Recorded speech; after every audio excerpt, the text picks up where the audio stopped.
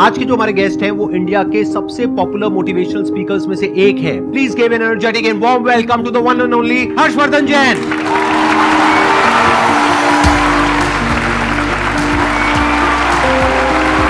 क्या हालचाल जी? Same to same.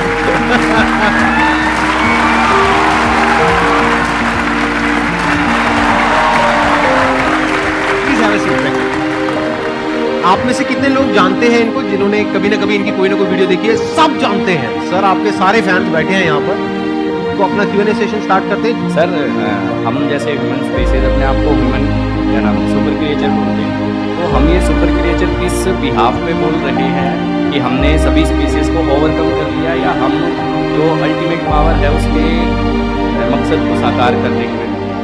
मानवता की सबसे चेतना के ऊंचे स्तर पे अगर कोई है वो मनुष्य।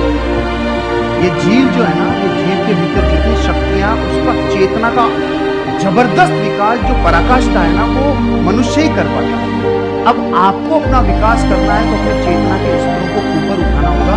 सर के बहुत सारे ऐसे सेशन हैं जो स्पिरिचुअल चैनल के ऊपर है, आप देखोगे तो पाओगे आपके भीतर की चेतना ऊर्जा बहुत जबरदस्त है। टमाटर के भीतर भी जो रंग महकता है ना, वो उसकी वजह से। अभी जैसे ये शरीर चमक रहा है, लेकिन अगर गिर जाता है तो 2 घंटे में सड़ने लगता है, 4 घंटे में कीड़े पड़ने लगते हैं। फिर वो चमक है किसकी? तो वो जिसकी महिमा है, वो जिसकी महिमा है ना, उसकी महिमा आनी चाहिए।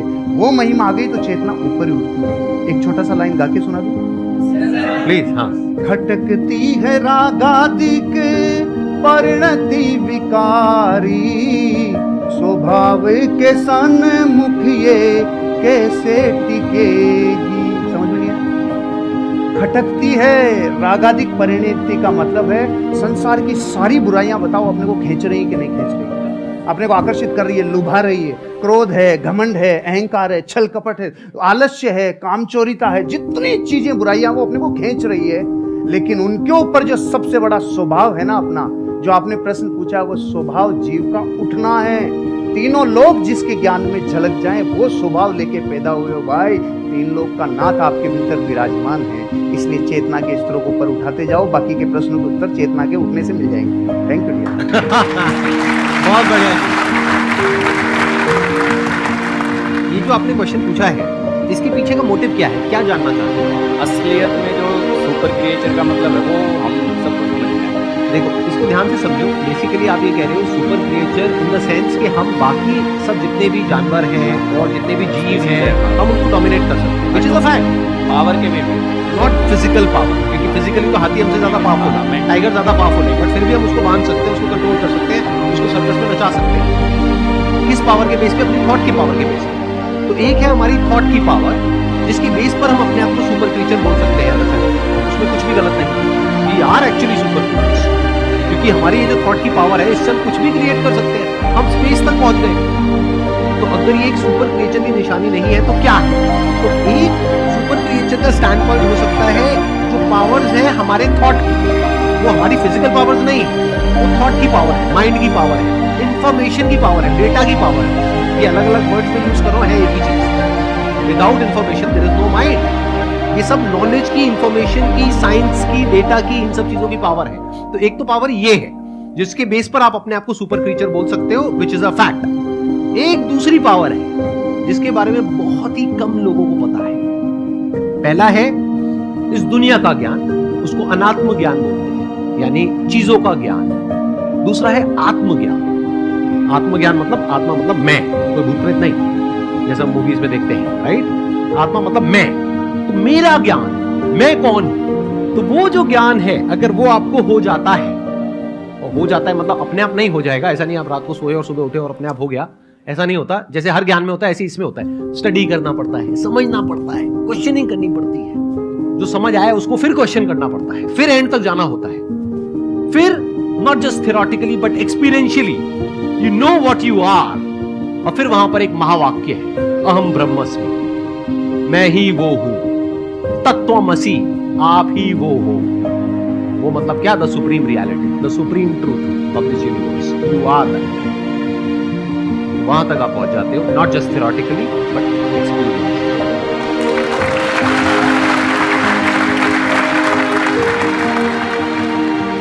सर जैसे कि हम किसी भी ट्रस्ट करते हैं, बहुत ज़्यादा ट्रस्ट करते हैं उस पर, और मतलब उसके साथ हम हर कुछ शेयर करते हैं, चाहे हमारे फैमिली में है, कोई फ्रेंड में है, कुछ भी हो। जब वो एक बार हमारे ट्रस्ट को हर्ट कर देता है, वो हमें बहुत ही बुरा समझ लेता है और कुछ भी कह सकता है वो कभी भी। तो दोबारा अगर उसे रिलेशन बन रही है, हमारी बातें करनी स्टार्ट हो रही है, सब कुछ हम इग्नोर करके, तो क्या सर दोबारा से उस पर हमें वही ट्रस्ट पहले वाली लानी चाहिए, उसके साथ शेयरिंग करनी चाहिए, या उसके साथ मतलब खुल के हम बातें कर सकते हैं कुछ भी?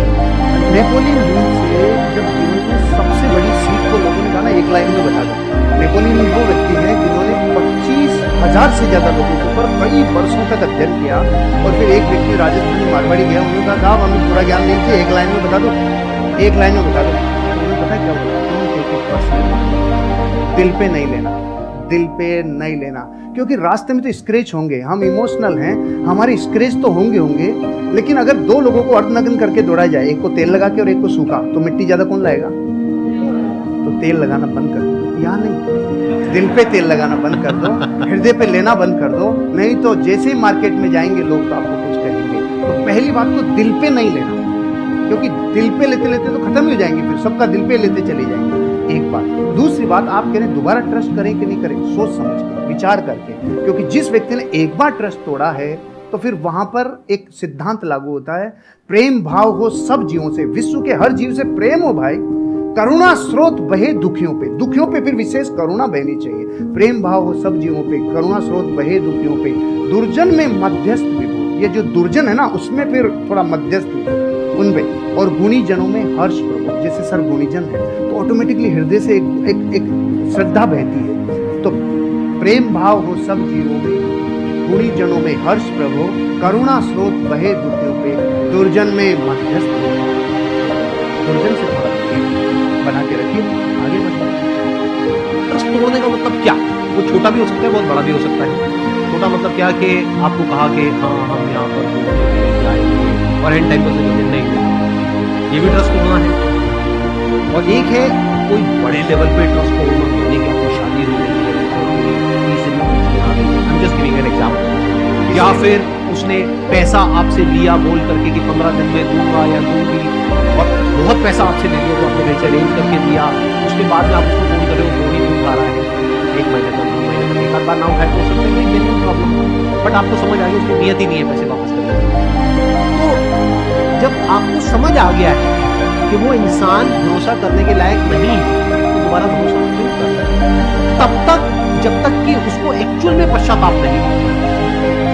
इंसान बदलता है, ये प्रकृति बदलती है, सब कुछ बदलता है, इस दुनिया में एक ही चीज कांस्टेंट है, दैट इज चेंज, सब कुछ बदलता है। तो हो सकता है वो इंसान आज ट्रस्टवर्दी ना हो, लेकिन 6 महीने बाद या 1 साल बाद वो पूरी तरह से बदल जाए।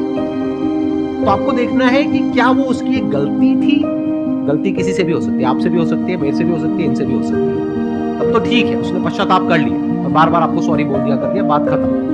बट क्या वो उसकी फितरत है? क्या वो दुर्जन है, जैसे इन्होंने वर्ड यूज किया, दूरजन, मतलब कि ऐसे जनों से दूरी रहो, दूरी बना करके रहो। सर जैसे कि आप बता रहे रिश्तेदार हो गए या फिर लोग हो गए, इनको इग्नोर करो, राइट? बट अगर बात हो जीवन साथी की, आप उनके लिए मतलब सब कुछ कर रहे हैं, सब कुछ मतलब कि जैसे कि घर संभालना हो, बच्चे संभालना हो, साथ में उनका फाइनेंशियली भी उनको हेल्प